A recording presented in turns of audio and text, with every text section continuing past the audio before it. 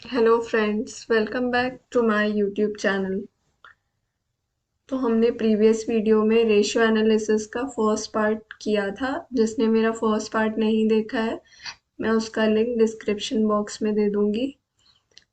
तो आज हम स्टार्ट करेंगे रेशियो एनालिसिस का बेसिक्स का पार्ट सेकंड। तो चलिए स्टार्ट करते हैं।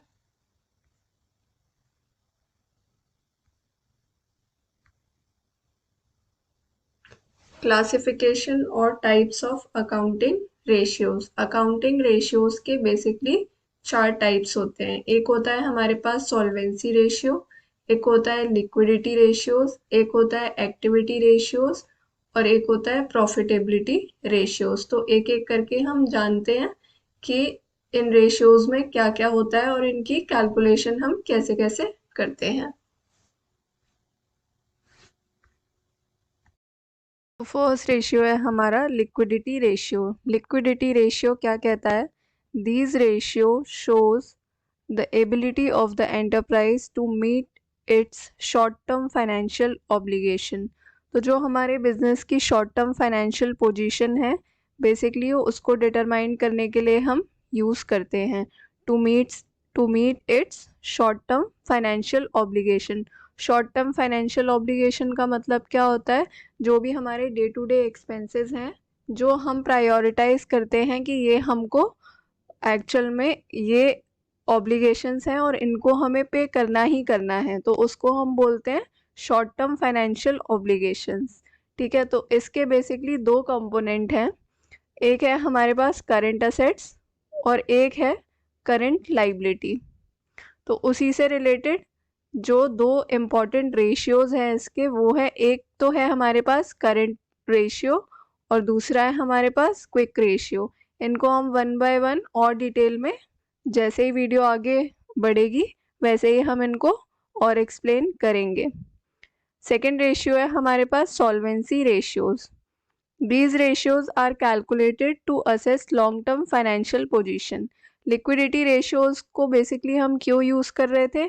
क्योंकि ये रेशियोज हम इसलिए यूज़ कर रहे थे ताकि हम पता लगा सके हमारी एंटरप्राइज की कि ये शॉर्ट टर्म ऑब्लिगेशंस को फुलफिल कर पाएंगी या नहीं कर पाएंगी। सॉल्वेंसी रेशियोज क्या फाइंड आउट करते हैं? ये रेशियोज हमें हेल्प करते हैं कैलकुलेट करने में हमारे बिजनेस की long term financial position. Solvency means ability of the enterprise to meet its long-term financial obligations.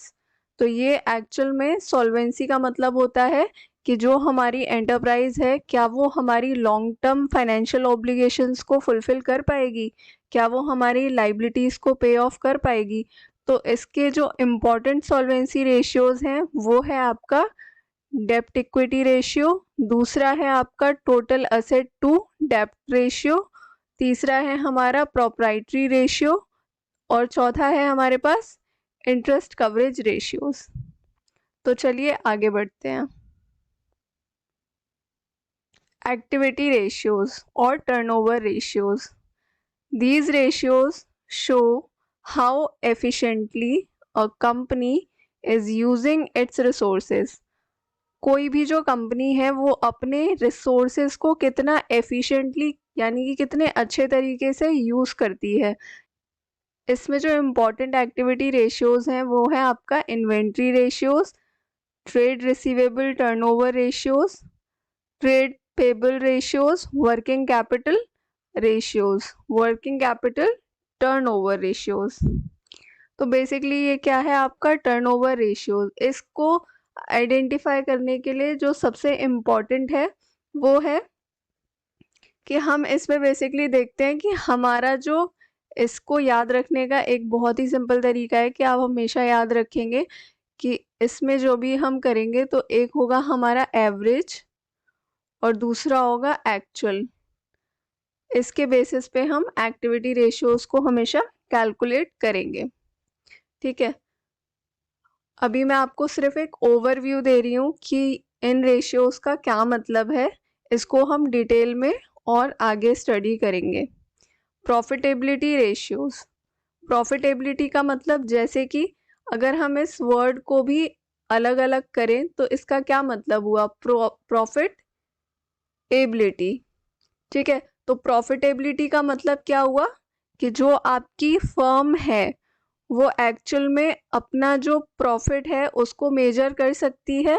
ठीक है, या हम कह सकते हैं कि प्रॉफिटेबिलिटी रेशियो जो है वो ये मेजर करता है कि वो जो फर्म है हमारी वो कितनी प्रॉफिटेबल है, कि हमें कितना फ़ायदा हो रहा है। और फ़ायदे के लिए आप दो ही चीज़ें देखते हो।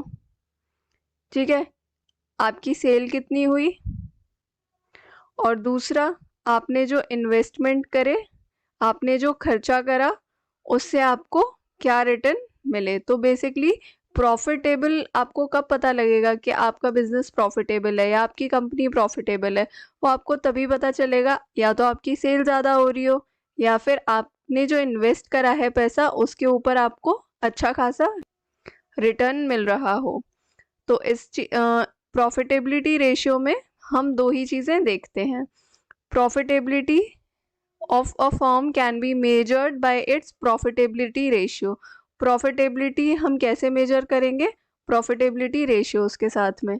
प्रॉफिटेबिलिटी रेशियोज कुछ इम्पॉर्टेंट हैं, जैसे कि gross profit ratios, operating ratios, operating profit ratios, net profit ratios और रिटर्न ऑन इन्वेस्टमेंट। तो ये सारे इम्पॉर्टेंट रेशियोज हैं। चलिए आगे चलते हैं।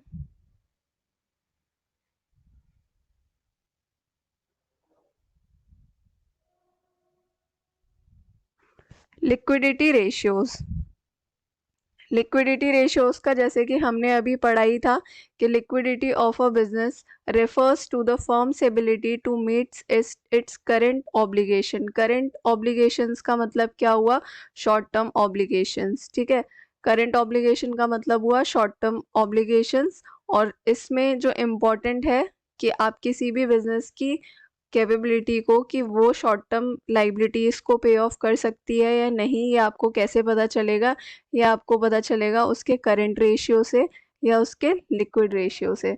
तो करंट रेशियो हमारा क्या होता है, करंट रेशियो हमारा होता है हमेशा current assets upon current liability. ठीक है, अब यहाँ पे करंट असेट्स क्या होते हैं, करंट लाइबिलिटीज़ क्या होती हैं, इसकी प्रॉपर डेफिनेशन दी हुई है कि करंट असेट्स में आपको किन किन चीज़ों को इंक्लूड करना है और करंट लाइबिलिटी में आपको किन किन चीज़ों को इंक्लूड करना है। तो करंट असेट्स और करंट लाइबिलिटी, इसका बेसिकली आइडियल रेशियो होता है एक, वो होता है 2:1। ठीक है, तो इसका मतलब क्या हुआ कि जो आपके असेट्स हैं, करंट असेट्स हैं, वो आपके 2 टाइम्स होने चाहिए और लाइबिलिटी आपकी 1 होनी चाहिए as compare to current asset. तो हम इसको कह सकते हैं कि अगर हमारे पास करंट लाइबिलिटी 30,000 है तो हमारे पास करंट असेट्स कितने होने चाहिए, ये हमारे पास होने चाहिए 60,000। तभी ये हमारा बनेगा 60,000 divided by 30 is equals to 2। तब ये कहलाएगा 2:1। यानी कि हम इसे ऐसे, अगर हम इसको रीड करना चाहें तो हम इसको टेक्निकली ऐसे रीड करेंगे कि हमारे जो करंट लाइबिलिटीज़ हैं वो हमारी 30,000 थी, उनको पे ऑफ करने के लिए जो हमारे पास करंट असेट्स हैं वो उसके डबल होने चाहिए, है ना। तो करंट असेट्स हमारे पास कितने हैं, 60,000। तो इस तरीके से हम इसको देखते हैं, इस रेशियो को हम पढ़ते ही इस तरीके से हैं। और इसका जो आइडियल रेशियो बोला गया है वो बोला गया है 2:1। ठीक है, चलिए आगे बढ़ते हैं। Current ratio, current ratio establish करता है relationship between current assets and current liability. ठीक है, करंट असेट्स और करंट लाइबिलिटी के बीच में रिलेशनशिप स्टैब्लिश करता है। It is the indicator of whether the enterprise will be able to meet its short-term financial obligation as and when they become due for payment। तो क्या जो हमारी enterprise है ये इंडिकेट करता है कि क्या हमारा जो बिजनेस है, क्या जो हमारा एंटरप्राइज है वो अपनी शॉर्ट टर्म फाइनेंशियल ऑब्लिगेशंस को फुलफिल कर सकता है या नहीं कर सकता। It is expressed as a pure ratios. तो हमने प्योर रेशियोज जाना था कि प्योर रेशियोज का क्या मतलब होता है। ठीक है, करंट रेशियो का फॉर्मूला होता है current assets upon current liability. और इसका आइडियल जो माना गया है, आइडियल रेशियो बोला गया है इसका करंट रेशियो का, उसको बोला गया है 2:1। ठीक है, नेक्स्ट रेशियो देखते हैं। इसमें हम देखेंगे कि करंट असेट्स में हम किन किन चीज़ों को इंक्लूड करते हैं करंट रेशियो कैलकुलेट करने के लिए। ठीक है, तो पहला है इसमें either in the form of cash, either in the form of cash और कैश इक्विवेलेंट। या तो वो कैश हो या तो कैश के बराबर हो। कैश के बराबर वो कैसे होगा? जब वो इजीली कन्वर्ट हो जाएगा विद इन 12 मंथ्स। ठीक है, can be converted into cash and cash equivalent with in 12 months. 12 महीनों के अंदर जो कैश में कन्वर्ट हो जाएगा और with in the period of operating cycle, within the period of operating cycle basic। ठीक है, they are shown under the head current assets in the balance sheet। और जिसको किस में शो किया जाएगा? current assets की हेडिंग में, उसको हम बोलेंगे current assets। जो कि बैलेंस शीट में current assets करके एक हेडिंग होती है, उसके अंदर जिन भी assets को शो किया जाता है वो सारे हमारे किसका पार्ट है? current assets का। और हम इसमें लेंगे current investments को। ठीक है, current investment का मतलब भी वही हुआ कि विद इन 12 मंथ्स हम काउंट करेंगे कि जिनकी जो ड्यूरेशन है वो 12 मंथ्स की होनी चाहिए, विद इन 12 मंथ्स होना चाहिए। Short term investment and marketable securities, inventories excluding loose tools and stores and spares. जो लूज टूल्स और स्टोर एंड स्पेयर्स हैं उनको करंट एसेट से हमने क्यों निकाला हुआ है? Because they are not held for sale. ठीक है, हमने इनको सेल करने के लिए नहीं रखा होता। ठीक है, तो ये एक्चुअल में जो है हमारे बैलेंस शीट में एज अ इन्वेंट्री शो होती है। ठीक है, तो इसको हम करंट एसेट्स में नहीं लेंगे, इन्वेंट्रीज लेंगे, लेकिन इसको हम एक्सक्लूड करेंगे, टूल्स स्टोर्स एंड स्पेयर्स को।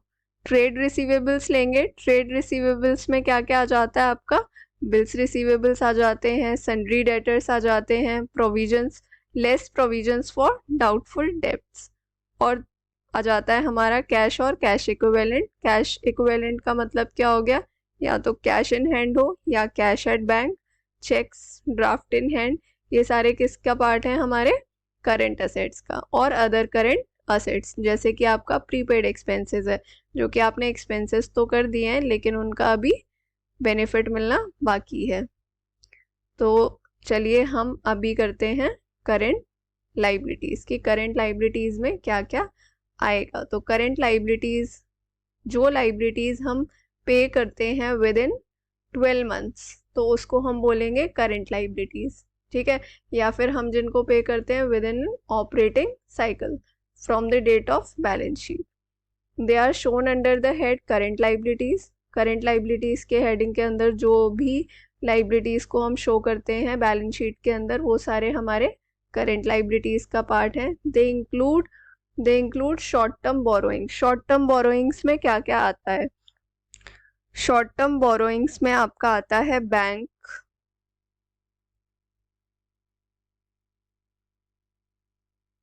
बैंक ओवरड्राफ्ट और cash credit.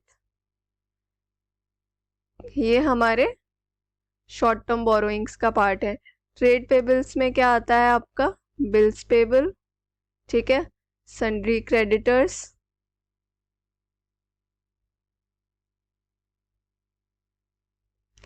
Other current liabilities में क्या आ जाता है आपका? अरे यहाँ पे लाइबिलिटी मिसिंग है, typing mistake. Other current liabilities में आपका क्या आ जाता है? Interest accrued.